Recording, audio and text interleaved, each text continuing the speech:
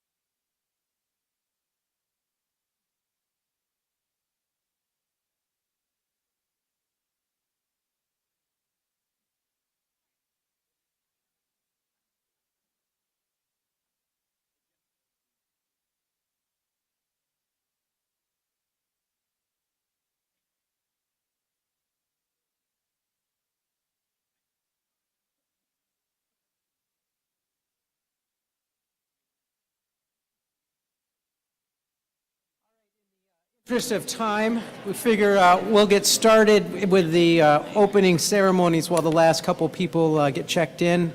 I wanted to welcome everybody tonight. I'm Steve Eustace, your moderator. We're going to start we're going to do the pledge, and then the Essex High School Chamber Choir will do a couple of songs, the Star Spangled Banner and such, after the pledge. So why don't we all stand up now and follow me in the Pledge of the Allegiance. I pledge allegiance to the flag of the United States of America and to the republic for which it stands, one nation, under God, indivisible, with liberty and justice for all. And please stay standing.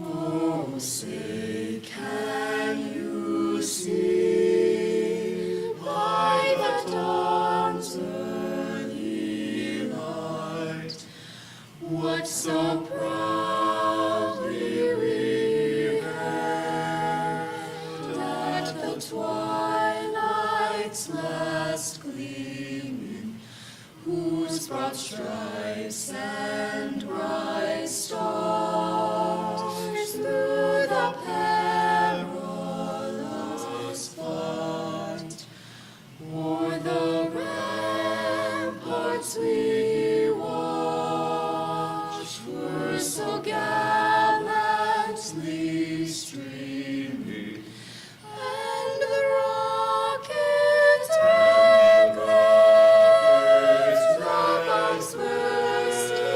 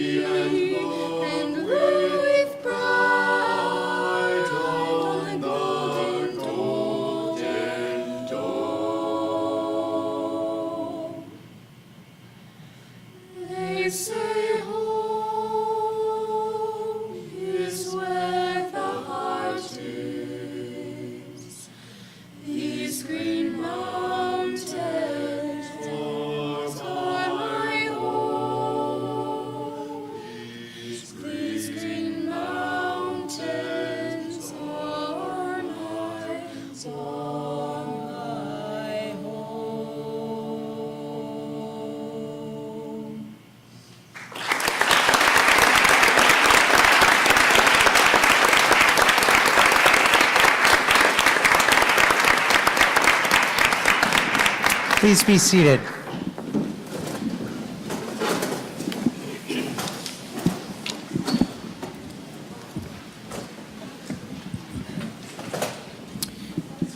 All right, I'm going to start by introducing Village President George Tyler, who will introduce the head tables and others. Thank you, Steve, and welcome everybody. Bit windy out there tonight, huh? I'd like to start to my left with, at the far end, Recording Secretary Kathy Ainsworth, Village Clerk Susan McNamara Hill,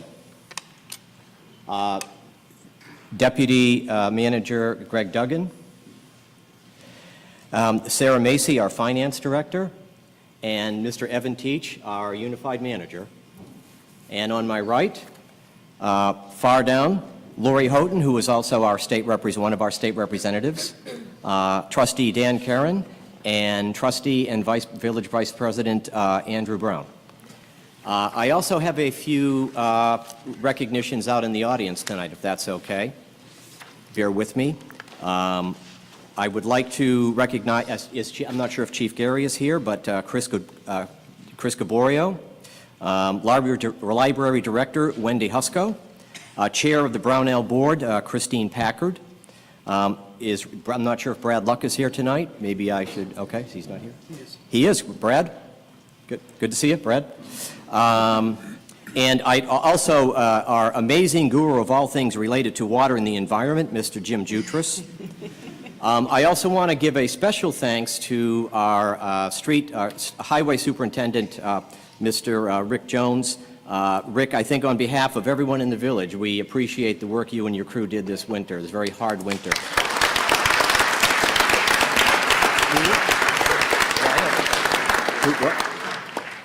Oh, I know. I also want to recognize Mr. State Representative Dylan Giambattista. Dylan, you out there? Yep, Dylan, welcome.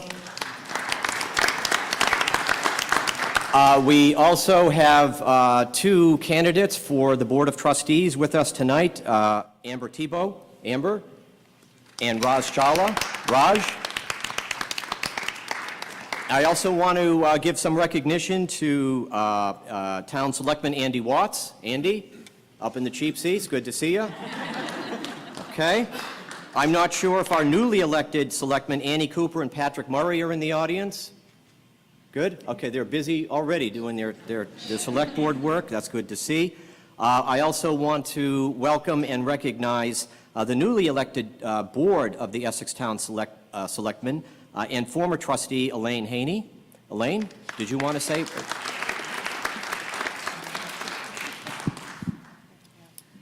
I'm going to go against decorum and speak to the audience for just a moment, if that's Sounds good. okay. All right, thank you.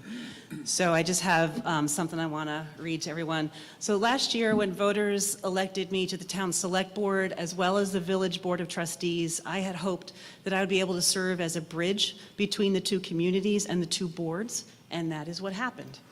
I brought village insights and information to the Select Board, and I brought a town-wide perspective to the trustees. As a result, both boards knew more about our communities and made more informed decisions. I am very grateful to everyone from our communities who honored me by electing me to those boards.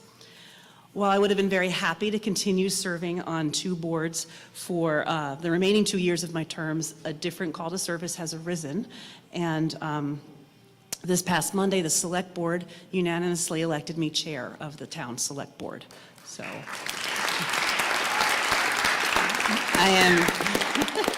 I'm deeply honored to have been chosen to lead the board, and I want to do my very best to make sure I serve the community well. So being a general member of two boards was challenging, but manageable. So it can be done. But the Select Board chair requires a significantly higher level of commitment. So because I want to ensure that I can serve our entire community with the kind of focus being chair requires and give all of Essex the leadership it deserves, I've decided to step down from my seat on the Village Board of Trustees. Knowing myself, my work, my family commitments, and the demands of an elected position, I believe that serving only on one board is the best option for me at this time. So the Board of Trustees will appoint someone to replace me for the remaining 2 years of my term. I want to thank everyone in the village who has supported me as a trustee for the last 7 years. I want you all to know that I will continue to represent you to the best of my ability on the Select Board, as I have for the last year, and will continue to bring all the experience from my time on the Village Board to the table at 81 Main Street. And I also wanted to thank the trustees and make you all aware, I'm not sure if you know, the high quality and level of dedication of your leaders that are here on the Board of Trustees. I joke around a lot that we are in a bubble, because the Board of Trustees is a very friendly, collegial, respectful group, and we all get along, and you don't see that on every single board. So it's a wonderful example. Over the years, we've had our share of heated discussions and split votes, and there was some shouting from time to time, but it never diminished our respect for each other, and we never once forgot that we work for you. And working with this board has been an absolute pleasure, and I will remember it forever as one of the best public service experiences I've ever had. So thank you, and don't forget, you are town residents too.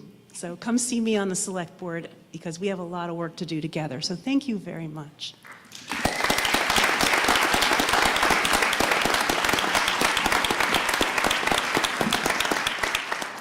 And I've got one last person to recognize, and I said I wasn't going to do this at a board meeting, but I didn't say anything about not doing it at an annual meeting. I'd like to give special recognition to someone who's been a statesman and a hero for this entire community, someone who has been in the forefront of fostering a new spirit of trust and cooperation between the village and the town, and without whose intelligence, integrity, and heart of gold, most of the progress we made would not have been possible. This is someone who hung in me through many long hours worrying about what's going to happen if IBM closes. How are we going to keep Global Foundries here? What are we going to do about their water permit? What do we do about recruiting a new unified manager? How do we handle all the stuff that seems to keep coming at us? How do we foster a spirit of cooperation between the two boards and keep small arguments and other issues from knocking us off track? This is someone who understands that he instinctively understands that there are lots of ways to get things done in life, but always the best way is with truth, honesty, and unwavering sense of humor. Someone with whom, when I first met him, I didn't understand why his lovely wife, Allison, what she saw in the guy. But now I do. It was someone I wasn't expecting to meet on the odd journey through local government, but now who has become a dear friend, and finally, someone who appreciates the deep existential humor of the Three Stooges. I'm talking about my good close friend and colleague, former chair and current very contented member of the Essex Town Select Board, Mr. Max Levy.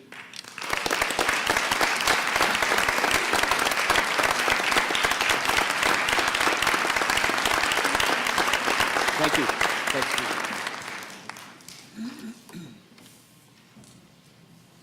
All right. Thank you, George.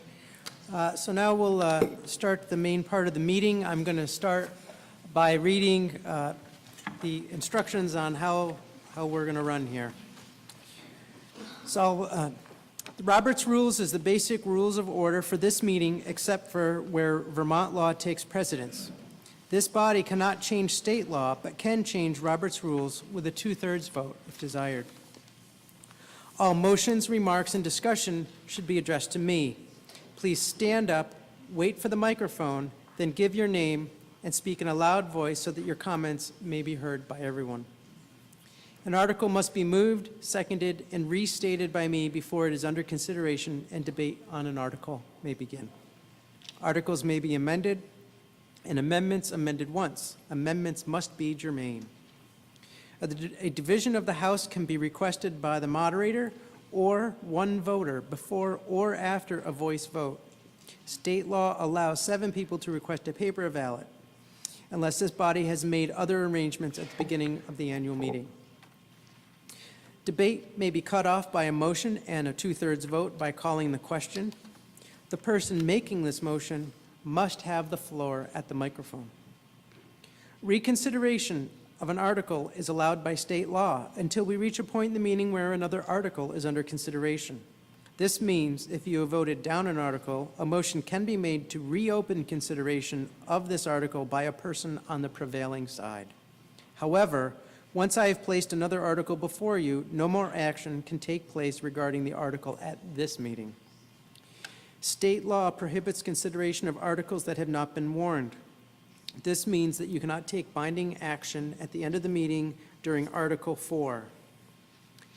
My role as moderator is to help you accomplish the business you intend to do. Please raise your hand and ask questions if you don't understand what is happening, if you think what is happening is wrong, or if you want to do something but don't know technically how to proceed. Please tell me if you think I'm ruling improperly. Above all, let's be civil and respectful of all of our opinions. And I think everybody knows the drill, but the people who are not registered voters are supposed to sit in the back where the couple select board members are sitting. All right, time to get started. Article 1, shall the voters act upon the report of the auditor? Do I have a motion for Article 1? Name? Mike Blagman. Now that I can focus. Second? Bob O'Neill. All right. Article 1 has been moved and seconded. Would anyone like to speak to Article 1?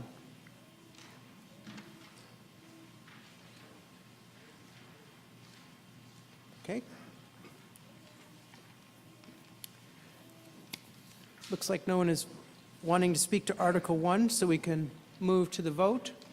Do you want to speak? Oh, okay. It was fake. All right. So, all right. All those in favor of Article 1 signify by saying aye. Aye. Opposed, nay. Article 1 passes unanimously.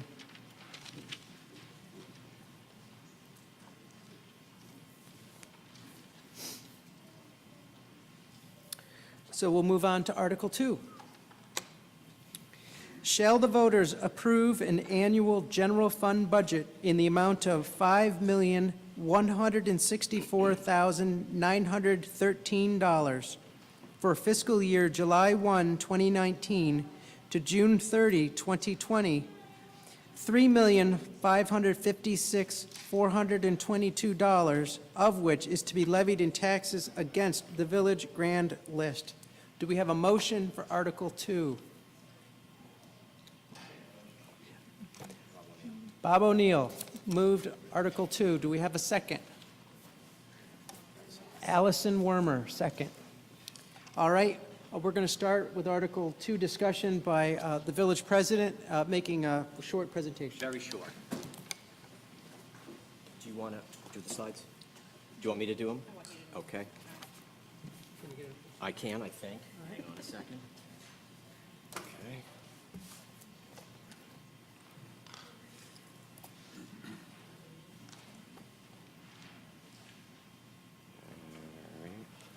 Very good, and I need to go down here. And just tap on it and it goes, right?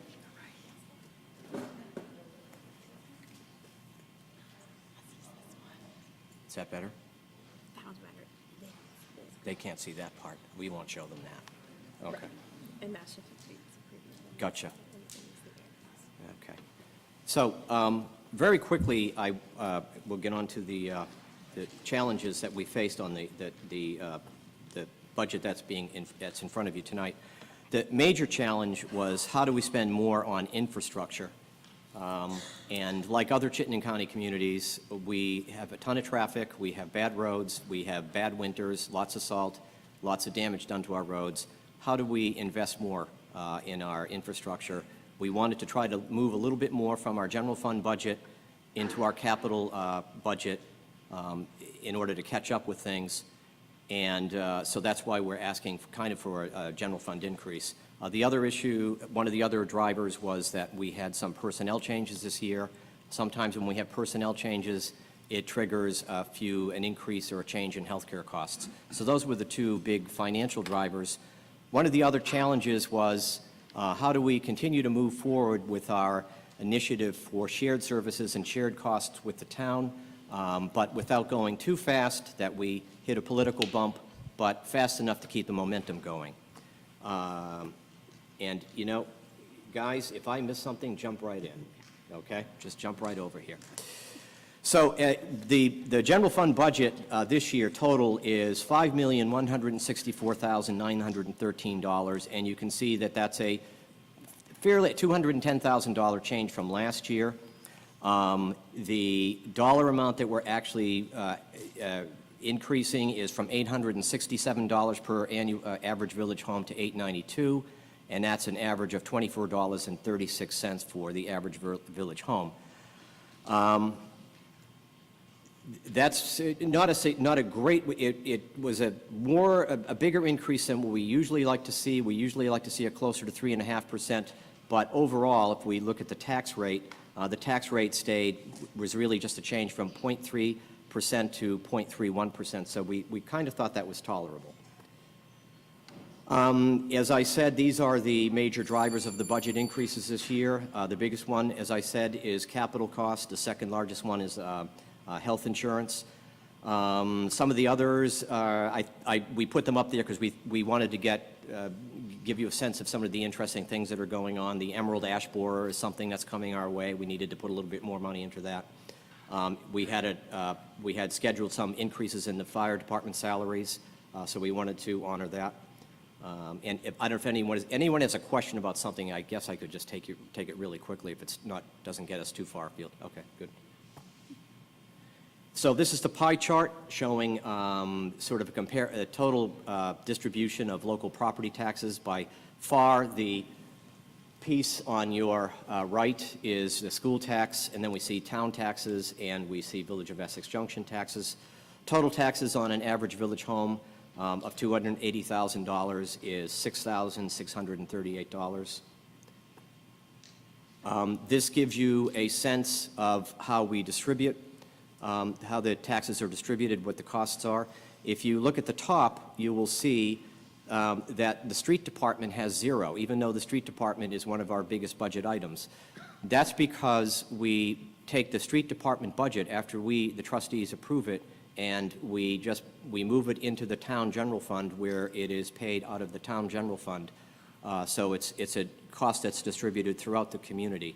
And so even though we need your permission to spend that much money and budget for that much money, we don't need to raise the money that's necessary for the street department. That's raised by the town. This slide, some of you who were at town annual meeting saw the same slide. This is the savings that we've achieved through consolidation over the last 5 years. And it's been very significant. You see the most significant costs have been in our shared administration, which is what we intended all along. And I think it's been working out really well. The others are, we have continuing costs with stormwater and public works that we're going to be seeing for the next few years. And this is the savings just this year alone, $0.69 million in consolidation with the town, consolidation mainly of administrative services. I wanted to put this in here. Normally, we throw enterprise funds in at the beginning of the discussion. I wanted to take it out and put it at the end of the discussion. Enterprise funds, we struggled to come up with the definition, what it means, and they're self-supporting activities funded through user fees. In other words, something like the operation of our water treatment. Money was still left in the budget, but assigned to, I believe, building maintenance or general housekeeping. Was that tabled? Was there any discussion of that? Is there still talk of offering resident fee to non-resident town members for use of the Parks and Recreation Department? Excuse me. I'm just kind of curious as to where we're at that with this budget. Thanks for that. So within this budget, the way that things have operated in the past will continue to operate in the past, and the current plan is that as we have joint meetings, we're going to continue to talk about recreation and talk about that again in terms of whether that should change or whether we keep going with the status quo. And this budget, though, does maintain that non-residents pay a non-resident fee.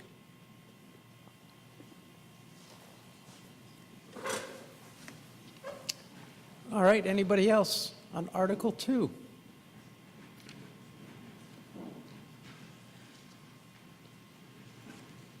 All right, last chance. All right, let's vote on Article 2. I'm going to reread it. Shall the voters approve an annual general fund budget in the amount of $5,164,913 for fiscal year July 1, 2019 to June 30, 2020, $3,556,422, of which is to be levied in taxes against the village grand list. All those in favor of Article 2 signify by saying aye. Aye. Opposed, nay. Article 2 passes unanimously.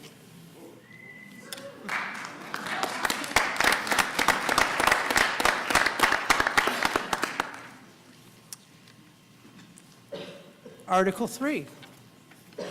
Shall the voters approve holding the 2020 annual meeting on Wednesday, April 1st, 2020, to act upon any articles not involving voting by Australian ballot, and to reconvene on Tuesday, April 14th, 2020, to vote for the village officers and transact any business involving voting by Australian ballot?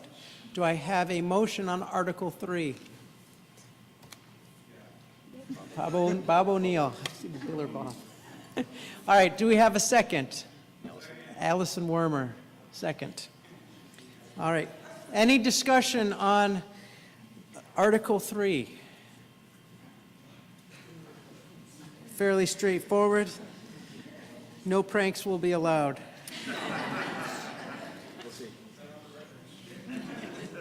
All right. Doesn't look like any discussion, so let's vote on Article 3, which I'll reread.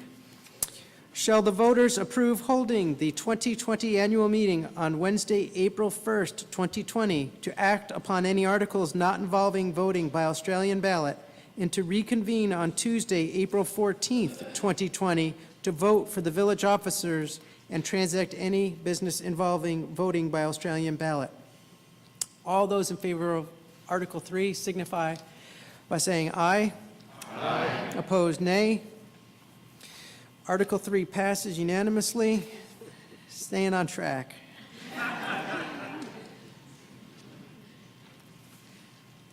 So this takes us to Article 4, to transact any other business that may lawfully come before this meeting. So at this point, I know there's a couple of topics that we want to bring up for certain, but people can bring up any topic involving the village, but it's non-binding since it hasn't been warned. And so just the couple announcements. So the voting is April 9th, and as George alluded, there's 2 people running for trustees, Board of Trustees, and there's also 4 other positions that day, the moderator, and there's 3 library trustees, a 2-, 4-, and 5-year term, as well as various school items to pay attention. So that's April 9th for that portion. And then I also had an announcement from the library that I wanted to quickly read here. The Brownell Library is updating its 5-year strategic plan and would like your input. Help plan the future of the library by filling out the brief survey available at the library table in the hall or from one of the Brownell trustees who will have them as you exit the meeting. Or you can go to the Brownell website if you would prefer to do it later. All right, so we got that one.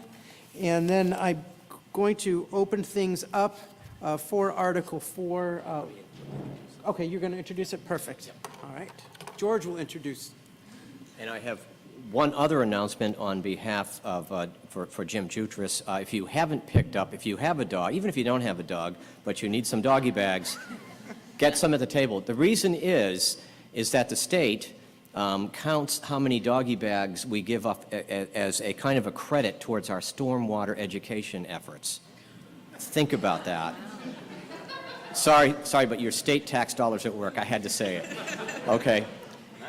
But we have 2 folks. First of all, I'd like to introduce Representative Lori Houghton and soon-to-be former trustee Lori Houghton, who's going to say a few words, and then Andrew Brown is going to discuss capital improvements in the village and some options and ideas. Thanks. Lori? So my son asked me last night, I was going to cry because I cry at everything. And I said, absolutely not, so I'm keeping this very short. As George said, I have decided not to seek re-election to the Board of Trustees. But I've been really honored to serve this community for the past 8 years as a trustee, and I thank all of you for all your support over those years. I'm proud of the collaborative work we've accomplished in guiding our community forward. I know I and the trustees didn't always make everyone happy, but I can assure you our decisions were made with the best intentions for each of you, all our residents, and all of our businesses. I also want to thank the trustees and village staff. Working with all of you has been a really wonderful experience, and I will actually miss our Tuesday nights together. I will continue to stay engaged with the village as my work in the state, as a state representative, but mostly because I just really love the village. So thank you.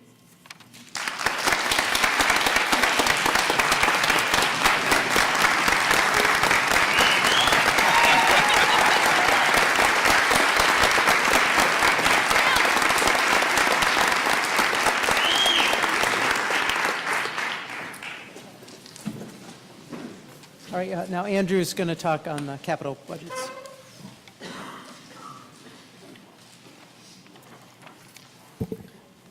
What a conversation to follow.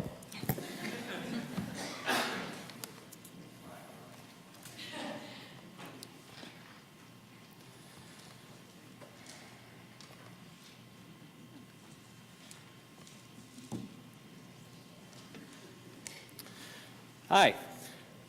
So in 2014, I came to you all and had said there's a funding problem with our capital infrastructure, and you approved a bond. Here we are, 2019, not much has changed. I'm going to talk to you about why I think we need more money. I don't think it's going to take much to convince you of that. Maybe I'm wrong, but we'll see. The intention of this conversation is to help get some direction from all of you as to where we want to go in terms of whether or not we want to raise more funding for our infrastructure. So things like water lines, things like roads, sidewalks, so on and so forth, or not. That is always an option. So what have we done? 2014, we had a bond, $3.3 million. That had the impact that you can see here. Since 2016, we have been increasing the capital transfer from the general fund to the capital fund that we pay for capital infrastructure. We've been increasing that at 7.5%. The budget you just passed, thank you by the way, that has increased the transfer from 7.5% every year to 15% every year. So we did double it. That's why George had talked about how the funding had a significant impact on the overall budget. With that, if you all turn to or look at your booklet, you will have a addendum, we'll call it, but a loose piece of paper that has the 5-year capital plan. In it, at the top section, all the way on the right-hand side, is a column marked Future. These items, you will notice, have no year. These items are past the fiscal year of 2026. Think about that. That means June 30th, 2026 is when, beyond that, is when these projects, as the current funding is defined as, would start to happen at some point in time when funding allows. Which means those projects right there would be completed by June 30th, 2032 with the current funding. That's 2032. I don't think that that's far to say that that's not good. If you look at some of the projects that are on that list, Pleasant Street, Rosewood, North Street, probably should be done before then. I don't think that's a stretch to say. I think we have agreement there. Although I could be wrong, it's not the first time. So, how can we get there faster? I'm going to be blunt. This will involve taxes. There is no magic pot of gold. There's no other funding other than raising taxes. So there are basically 3 options, one being a bond, borrowing money, another being take that capital transfer, raising it to $1 million, and then adding 15% on every year, or we re-explore the local option tax. When we look at bonding and a capital transfer, if we bonded for $5 million or took out a loan, you can see the impacts that it would have. If we gave a one-time boost to $1 million to the base of our general, or to our capital transfer, and then added 15% onto that, you would see what that would mean to you as a resident and what that would mean to your wallets in terms of the average $280,000 home. There is an impact. You will also note that each of those also solely come from property taxes. We all love paying them. That's where it comes from. That's what it helps to fund. By the way, there will be more audience participation. Let me know if you want to get back to this in a moment. The other one being the local option tax.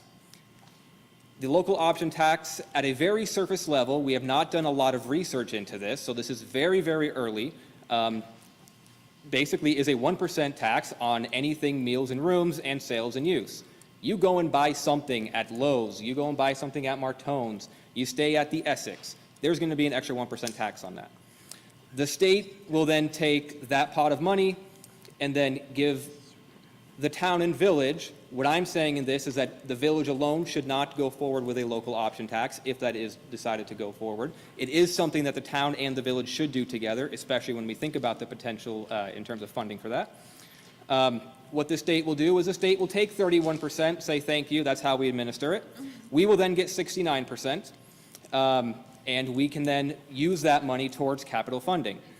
Should we have done that back in, I think 2010 was when this was last talked about, in 2018, we would have had $1.3 million as a community to go towards capital funding throughout our community, town and village. For those of you who weren't at the town meeting, someone very kindly came up and said we should have an extra $100,000 to the budget. That might not need to have happened. And with a local option tax, again, if we go to Lowe's, if we go to stay at the Essex, we go to Martone's, and we buy something which isn't something that only Essex Junction or Essex Town residents do, that money helps to pay for our infrastructure. So as people drive down Susie Wilson Road, as people drive down North Street, as people go around School Street, Lincoln Street to avoid Five Corners, they could then help to pay for the infrastructure they're driving on. Now we come down to the audience participation. What I would love to do from here is if you have questions, let me know. Otherwise, when questions have ceased, what I'd like to do is a little straw poll, raise your hands in terms of whether we should go with each of those three options. I'll start off with doing nothing, just to put it out there. And from that, that'll help to inform us as to where to go.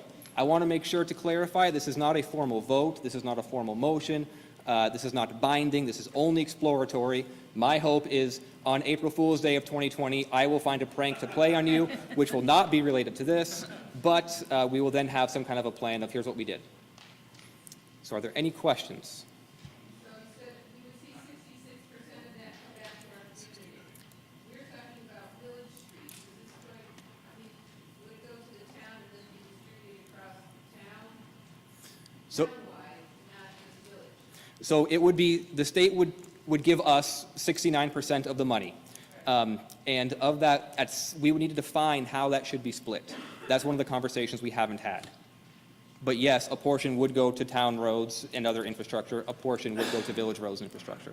Excuse me, could you state your name, please? Allison Warner. Thank you. So that 1,300,000 is not necessarily the village portion of it, that would be the sum total from tax millage. Correct. That's just That's just 1 year. That's 1 year. My apologies. When I said that if this would have passed in 2010, I probably shouldn't have used that as a benchmark. In 2018 alone, that was $1.3 million. Yeah, can you please go to the mic if you're going to? Oh, I'm sorry, do you want to moderate this? Did you want to say anything else? So the question was, if I can rephrase things quickly, is the figure there, 2018, is that, that's 69% comes from the state because they keep a fee. The 69% will get split in some way or another between the village infrastructure and the town infrastructure, yet to be figured how we figure that out. But it would be the entire Essex community. And that number represents a single year, 2018, not since 2010. So I think that summed up the whole discussion, and so thank you for coming to the mic. Kelly Adams, Kings Court. Can you go to the slide that shows all three parts, please? Go back to. Thank you. I just wanted to clarify for the purposes of the straw poll, like, can we want all of these things to happen? And therefore, can we raise our hand each time? Like, is that, or are you distinctly hoping to like Yeah. be Yeah. on, like, is the goal to try to find a path and pursue it? Or can these things be pursued together? Andrew tells me that you can vote for more than one. The idea is to get a sense of which ones are palatable. Okay, thanks.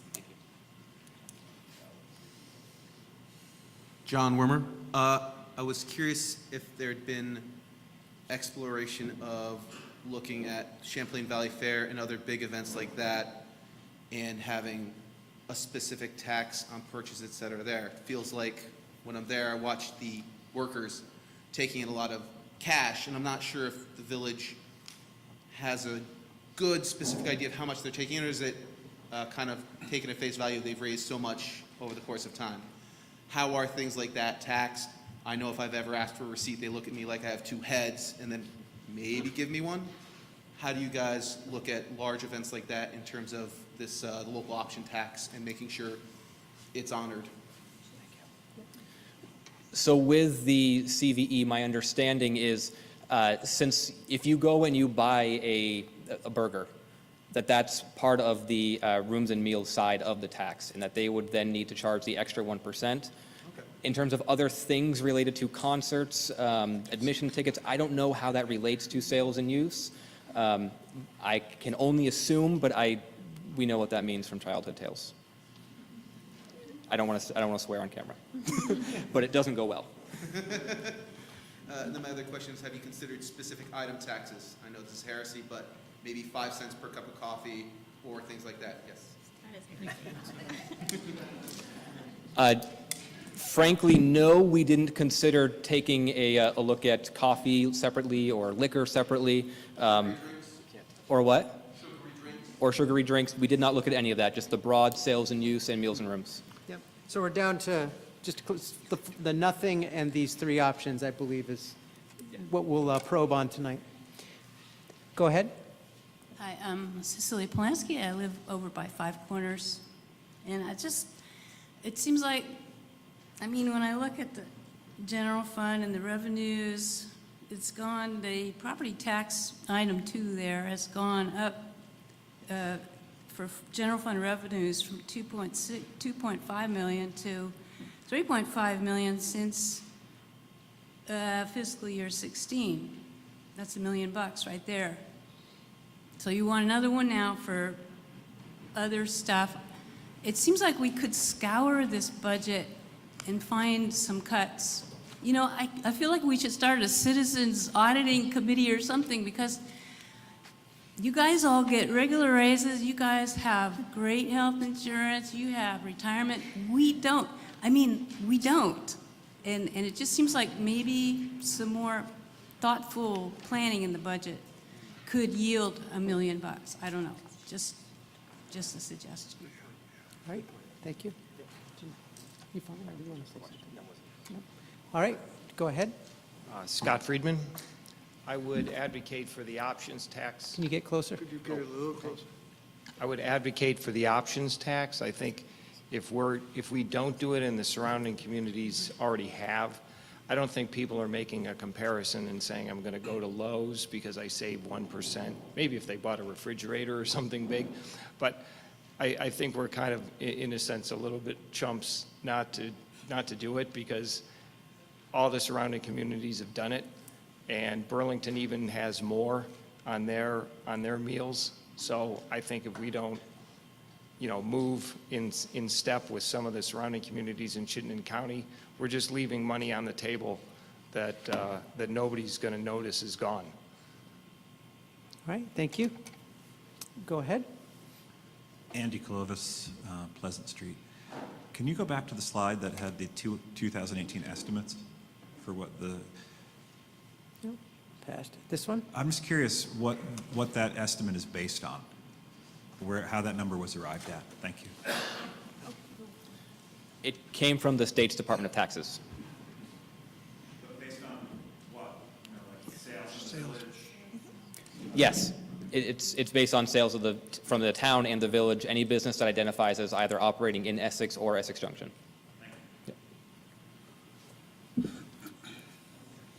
Hi, Greg Morgan, Grove Street.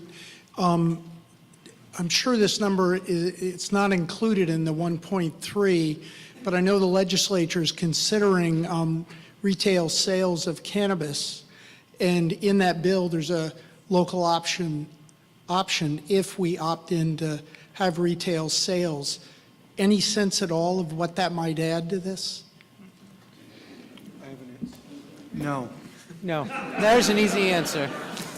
Would you like to start a retail business and then we? Yeah. We don't have any understanding of who wants to come and where, and maybe you get a big warehouse of retail sales or you get a little shop, but the village and the town have not even discussed whether they would want those types of sales and where.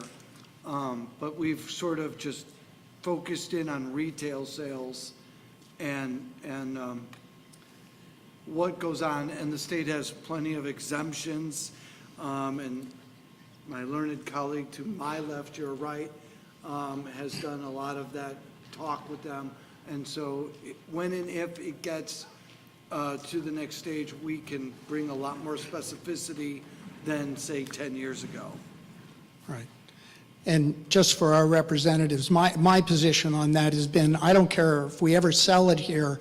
I believe we're going to grow it here in warehouses, and if we do, I'd love an excise tax where we could tax put a tax on what we grow and ship out of town. So and I think there's a lot of money in that. I'm not sure that's not something the legislature is considering, but other states have, and it would help us a lot. All right, thank you, Greg. Hi, Robert Walsh, Giln Road. Thank you, Andrew. Can you get a little closer, please? Sure. So I had a question about, on the previous two options, you gave a dollar amount of how much that would cost as a resident. Do you have a sense, I know it depends on how much you spend, but do you have a sense of how much the third option would be as a resident of Essex Junction? Any sense at all? Because that would be a relative comparative.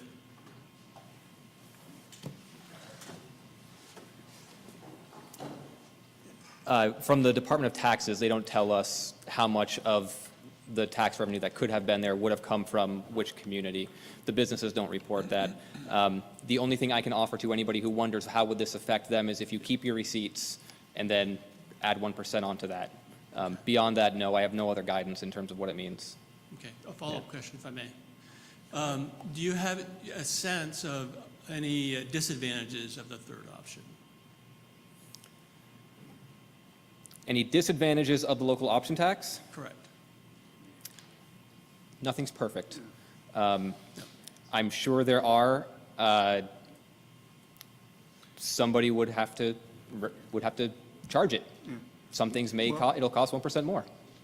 There's the opportunity. I mean, right now, Colchester has it, Williston has it, South Burlington has it. So if you are a local shopper, you could decide, well, I'm going to drive to somewhere that does not have that, and then you have to do the price.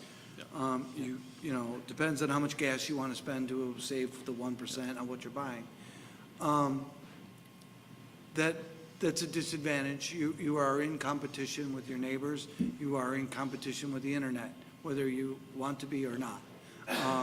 Amazon's a wonderful company, except they do undercut a lot of prices and they use a lot of fuel to deliver your discount to you.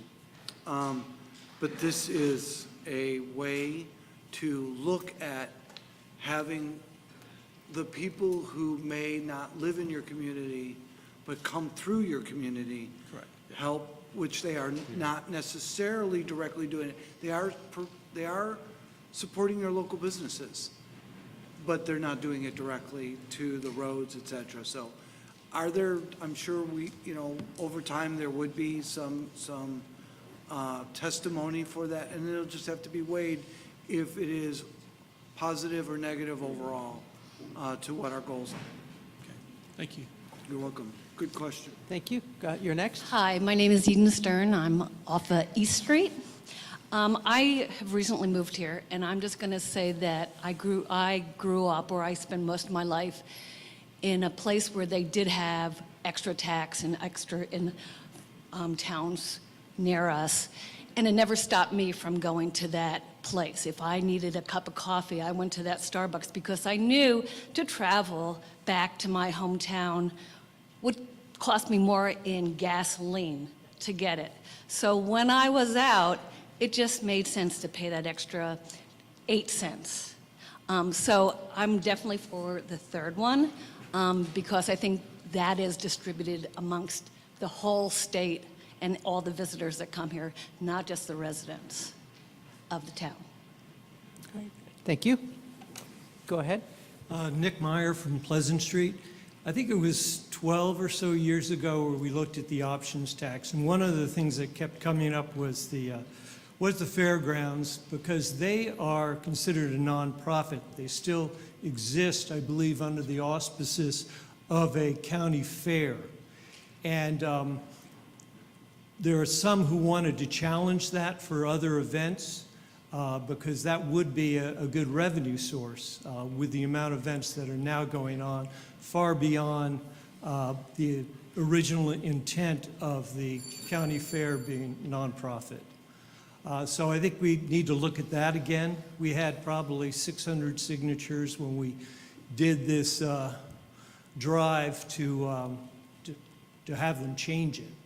So maybe we can look at it, but I would support that. I'd also be interested to know, as we move forward with shared services or merger, how would a bond reflect if we are one community in 2022-23?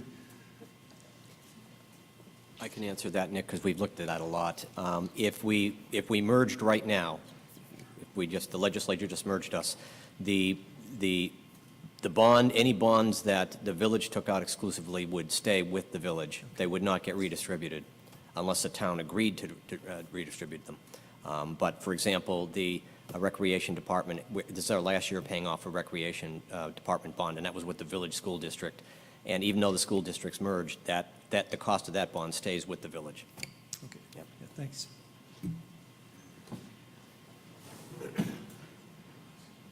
All right, one more, go ahead. Hi, Laura Bierman, Jackson Street. It's Buermann. So we're talking a lot about the local option tax, and it sounds appealing, but I would be really curious to hear what our neighbors have to say. There are communities that have had that additional tax for quite a while now, and hearing their positives and negatives, I think, would help us make that decision whether or not that would really be beneficial to our community. Okay. Thank you. Thank you.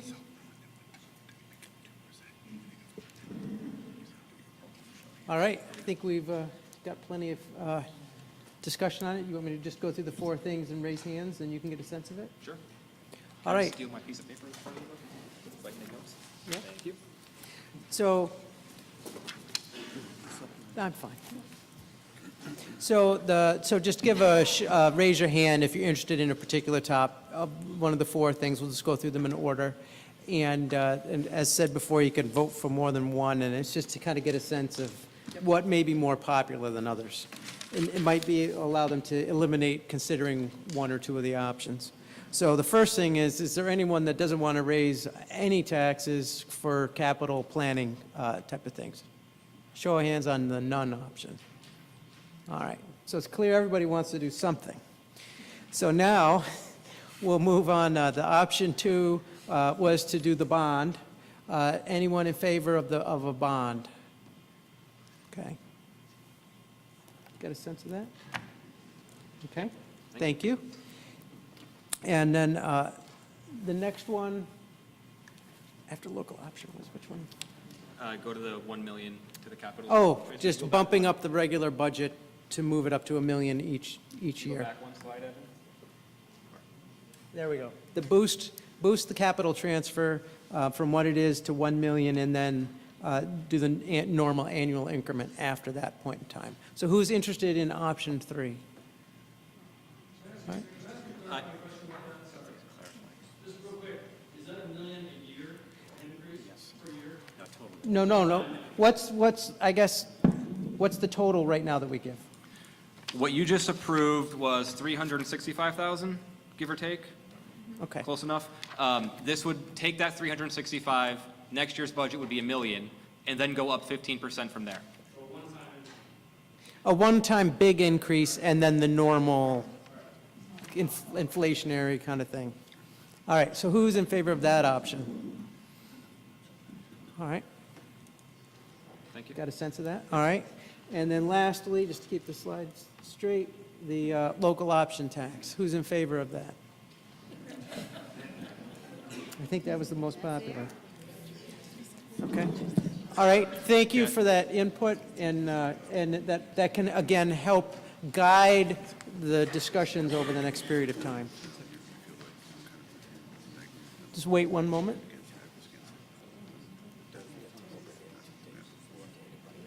Yeah, I agree. All right, so that's all we wanted to talk about, probably perhaps longer than we wanted, but go ahead. Thank you. All right. Anyway, is there any other topics anyone would like to bring up before we close the meeting? Go ahead, Mike. Mike Sullivan, Orchard Terrace. I live in the section of Indian Acres, seeing a fair amount of conversion of single-family homes to being occupied multi-family homes. I'm just very concerned about the trend and want to know if there's anything the trustees have concerns about in that respect. It speaks to the quality of life and values of property. Anything you want to say, George? Mike, I'm not clear. Some of the properties are clearly not being maintained. Oh, I see. Did you want me to restate this? So instead of one, just to rephrase what Mike said, so a house was built for one family, and there's more than one family living in the house. That's the issue? I think Yes, that's, and the Indian Acres are all very small houses. They're not Right. And very. you're seeing them occupied by more than one family moving in. Yes. I can't say that, Dan, I just wanted to comment, in the village, people, as long as it's owner-occupied, your residence, you can rent out space in your home, and it's called a accessory apartment, and that's perfectly legal to do so. But, like I said, the caveat, the owner of the property has to reside there, then you can rent out, say, the basement, and have somebody staying in the basement. It helps a lot of people afford to stay in their homes. And so that may be some of what you're observing. As far as maintaining property, there are ordinances in the village that pertain to dilapidated structures, the way people are maintaining their property as far as tires and trash and such. Those are enforced by the village. Okay, but the first part you said was. Accessory apartment. Accessory apartment. Yes. And if it's not accessory apartment, i.e. is that an enforceable regulation? That's something you go to the village, as far as how many people reside in a structure, that was something that the village planning or department. I'm sorry, I misunderstood. He's not here, but maybe the manager could probably speak to it. We certainly could take a look. I don't know that ordinance right off the top of my head, but we'll certainly take a look at what constitutes single family and what the density is. Right. And we could look into that. I'm certainly addressing the issue where it's non-owner occupied. Okay. We'll take a Thank you. look at that. go ahead, Nick. On that same note, I've approached the trustees a couple of times about maybe trying to enact a rental registry program which exists in Burlington and Winooski, that pretty much it's a fee based on the units, and you would maybe have the fire marshal or somebody else who does an inspection to make sure that it is least up to safety standards for the residents living there. And it gives the landlord he's got to pay a lot more attention to what's going on. and it has worked really well in Winooski and Burlington, cleaning up some terrible housing stock. So I would encourage the trustees to keep looking at that, and that would be one approach. Thank you. Thank you. I don't know who was next. Were you next? Go ahead. Oh, hi again. One of the things I really love about being in Essex Junction is having the train right there. You can go to New York City or DC very easily, but the train station kind of needs paint. Is there any way to get a grant for a couple $1,000 to fix that thing up? I would volunteer time. I would volunteer time. We're there with you, totally. We've been trying to fix that. We have a plan for fixing it up, but we don't have the money. But we hear you, and it's absolutely a priority for us if we could, if we can find funding for it. And I would just add, we don't own the building, and there's several different organizations that do own the building, so as much as I would love to join you with painting, we just can't. Looks like you're up, Mike. Mike Plegman from Beach Street. I just want to bring up the marijuana issue. It's The what my issue? Well, the Marijuana. issue Thank you. in terms of the funding. I think it would be a big mistake at this time to consider attaching marijuana sales to ways to raise money for this community.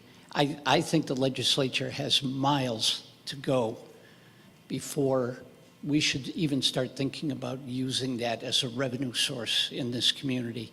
I'm not naive. It's here. I know it's here. But I'm counting on the legislature in Montpelier to put thoughtful brakes on how this gets enacted. And like I said, as a short-term funding source for this community, I think it would be a huge mistake. Thank you, Mike.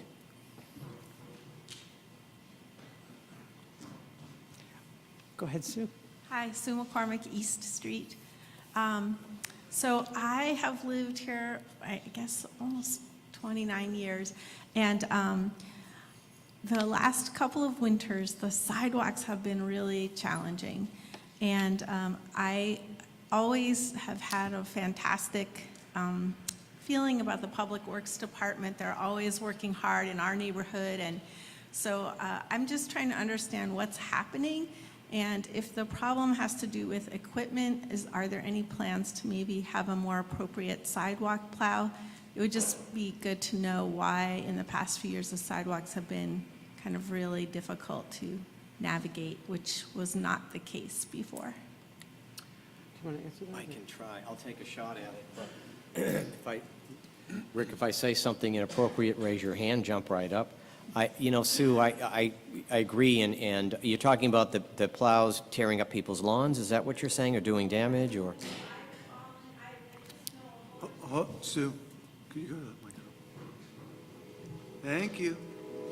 So I walk all around the village all the Right. time. And in past years, the sidewalks are just generally clear. Right. And in recent years are just icy, and the plows seem to do a great job of digging up the dirt, but not a great job of plowing off the snow in the middle of the sidewalk. So it's just become treacherous to walk around, which was not my experience in the past. I don't think this is a totally made-up answer on my part, but I do believe, and Rick, tell me if I'm wrong, a lot of it has to do with when it snows, how much it snows, what the melt cycle is, if it melts a little bit and then freezes again. And so sometimes when there's a thick layer of ice that gets down on the sidewalk, there's not a whole heck of a lot they can do about it, except dump a whole bunch of salt on it. Is that, Rick, am I missing something? So it really depends on the snowfall pattern, and I don't know, we talk about climate change, I don't know if that's the kind of thing that we're looking at. It's probably hard to say. But I know what you're thinking. Probably all of us have experienced that. There seems to be a lot more ice on the sidewalks these days. I can also add, Yeah. over this year, over say last year, our overtime hours are way up. Our salt bill is way up. So it is not the number of hours, it is not the amount of salt. By the way, sooner or later, the state and the EPA is going to get back to everybody about the amount of salt that we put down on our streets and our sidewalks, because it ends up in our streams and it impairs our streams. So that'll be something for the future. You'll be lovely to hear that. But the general gist is, and George is right, and Ricky probably could talk to you over a beverage about how the freeze and thaw cycle is. Our guys and our women who work in Public Works, they have a call-out procedure, and if they're not on a call-out and it gets icy, the police call them out. It is really a function of what the temperature is going to be. If it's going to rain, if it's going to rain, no amount of salt is going to do any good. It's going to wash out. And then if it freezes, we're behind the cycle. It's not that we don't want to maintain them. It is just what's happening in that period. If we get sun, it melts. If we don't get any sun, it won't melt. And if you get sub-zero, no amount of salt is going to melt it. You all have your driveways. You know that for a fact.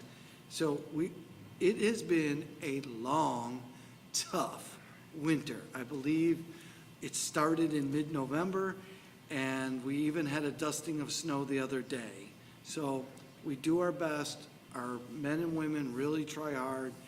We do have some areas that we know need some addressing, and in our annual budget, we do address some segments of sidewalk that pond and that do get some, but it's expensive to do small sections of sidewalk versus long stretches.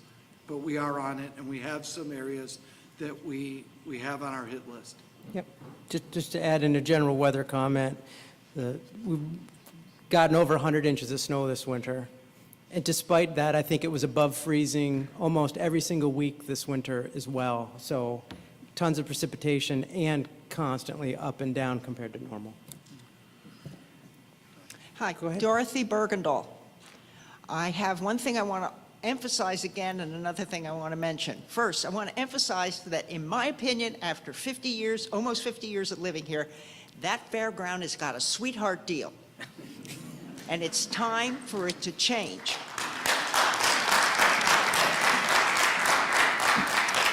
They have functions all year long. I live on the far side of this high school, and I can hear them. I used to live next to the fairground. I'd hate to be over there now. So I think that deal needs revisiting. And then the senior center hasn't had a director for 3 months. That also needs to change. Thank you. Go ahead, Mike. Mike Sullivan again. As to the sidewalk plow, one of the reasons I think there's a problem is, isn't the sidewalk plow 4 feet wide? Just squeeze by my wall. And at least in Indian Acres, many of the sidewalks are just 3. You're guaranteed to have I live in a dead end, and the sidewalk plow leaves the sidewalk. It's a loop, actually. The sidewalk does completely loop, but they only do half the street, half the side. I'm just thankful I'm not on the side that gets done, because the other side every year spends a bunch of time fixing the 4-foot wide plow path. Thank you. Go ahead. Tim Miller, and I just wanted to speak for a minute on the sidewalk and the public works. I grew up in an area of New York where residents were responsible for cleaning their own sidewalks in front of their house. I walk my snowblower a quarter mile to clean 2 fire hydrants on Nama Avenue.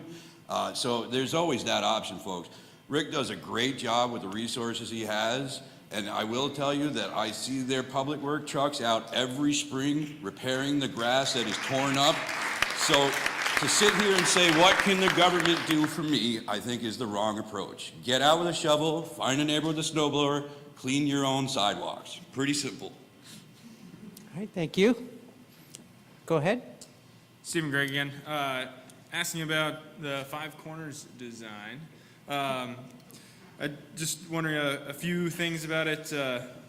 I think it's a symbol of our community. It has been, and I know we've had engineers look at it, and I know the comment's been made, we trust other engineers, why not traffic engineers? But have we given like sentimental value to our community identity, as well as look at other more important things like emergency vehicle access and how that affects that response route in the village and access to certain parts of the village and the town? Is that a question? It is a question. That is a question. Have those things been thought about? Specifically in emergency vehicle access, for example? Yeah, so there was 2 questions there. The kind of community identity that comes along with Five Corners and its kind of iconic nature around the state, as well as emergency vehicle access. So Yep. kind of 2 separate questions. I had a slide presentation I was going to show, and I decided not to because we had some other things we wanted to discuss, and we wanted to give everyone else a chance to talk. So I won't go back to it, but we had another civil engineering company do an independent study. The Regional Planning Commission did it for us, Du Bois and King, and they showed that wait times at Five Corners, if we put in the Crescent Connector as is planned and convert it to a 4-way intersection, the average wait time would decrease by more than 50%, and the capacity of the intersection would increase by something like 40%. The idea is that if you have less traffic stacked up at Five Corners, I would assume that emergency vehicles would simply just be able to get there, be less traffic there. In terms of community identity, I have to say that if our identity is a big traffic jam in the middle of the community, I'm not clear that's the kind of identity we want. Maybe you're on board with that, but I kind of, when I know when I first moved here, I looked at that and I said, wow, why did they do that? But, but I get it. I totally understand, but it is something, certainly we're not going to do this overnight, but it is kind of a long-range goal that we really are serious about because we see that the overall positives really outweigh the negatives. One of the big things that just to consider, right now, just this morning I was at Five Corners walking across. It's a daunting intersection for someone who's in reasonably good shape. For a pedestrian, for some of our older citizens, getting across that's a big expanse of asphalt to get across. Converting that to a 4-way intersection would really shrink it down and make it a lot more manageable, a lot more humanistic. And if you could do that with improving the traffic flow, that seems to me like a good idea.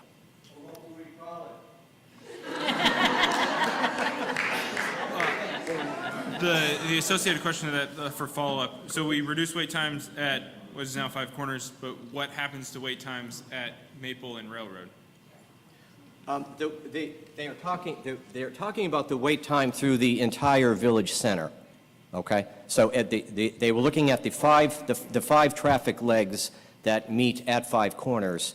So they're considering that entire flow of traffic that's in there. So several intersections there and surrounding. Right. But I think they were looking at the Five Corners intersection, but they were looking at they included the intersection for where the Crescent Connector would cross Maple Street on the other side of the tracks. Okay. Thank you. All right, anybody else? Lots of good, most talkative article of the night, by far. Okay. I'd like to, if no one has anything else to say, we can entertain a motion to adjourn. We got to need a name, Bob O'Neill again? And who else back there? We got too many hands. Who wants to be the seconder? What's your name? Did you get it? Okay. All right, motion has been made and second to adjourn the meeting. All those in favor signify by saying aye. Aye. Those opposed, nay. All right. The meeting is adjourned.